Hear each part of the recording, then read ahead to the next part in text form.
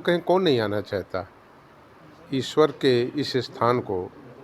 और जिन लोगों का आध्यात्मिक से लेकर के देश की अस्मिता, देश के सम्मान, देश की अखंडता को बचाने में योगदान रहा।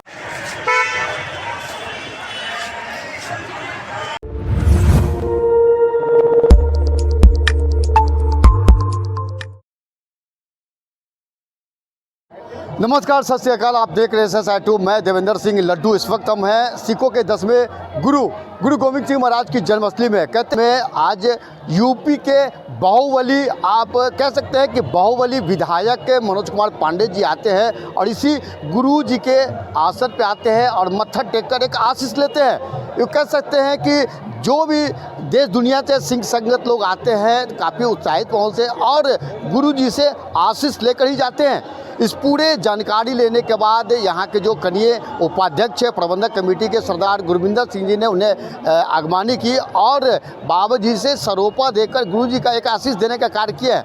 क्या कुछ कर रहे हैं उत्तर प्रदेश के बाहुबली विधायक मनोज कुमार पांडे जी, जब उनकी बात को सुनते हैं और समझते हैं।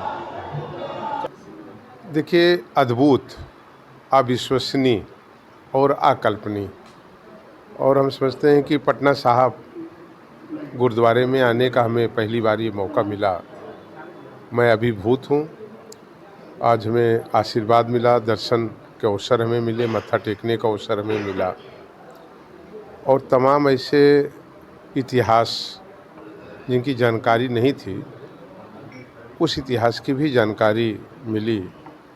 उनके बचपन की चरण पादुका, उनके पहने हुए वस्त्र इत्यादि कई चीज़ों के दर्शन हुए। और जिस तरीके से यहाँ प्रबंध कमेटी ने गुरुद्वारा साहब का रख रखाव रखा है वो अपने आप में ही अद्भुत है। मैं यहाँ के मैनेजमेंट को भी बहुत बधाई दूंगा। जितनी सफाई व्यवस्था, यहाँ जो भक्तजन आ रहे हैं उनके रहने की, उनके खाने की, लंगर की व्यवस्था, दर्शन सबको सुलभ हो सके, सरलता रहे, सहजता रहे, इस सब चीज़ों का जो ध्यान रखा गया है, मैं समझता हूँ कि ये सीखने की आवश्यकता है इससे। तो मैं बहुत प्रसन्न हूँ, बहुत अद्भुत लगा कि दर्शन हो पाया हमें। ये बिहार से आने के बाद यूपी जाएंगे सर, तो वहाँ के मुख्यमंत्री योगी आदित्यनाथ जी को कहेंगे तखत साहिब में आने के लिए? बिल्कुल कहीं कौन नहीं आना चाहता ईश्वर के इस स्थान को। और जिन लोगों का आध्यात्मिक से लेकर के देश की अस्मिता, देश के सम्मान, देश की अखंडता को बचाने में योगदान रहा है, जिन्होंने ये कह लीजिए कि भारत की संस्कृति, सभ्यता और संस्कार जो भारत की वास्तविक धरोहर है, उसके लिए हंसते हंसते अपने प्राणों को बलिदान किया। और अपना ही नहीं, उन्होंने तो अपने पूरे परिवार को इस संस्कार, सभ्यता और भारत के इतिहास के लिए बलिदान करने का काम किया है।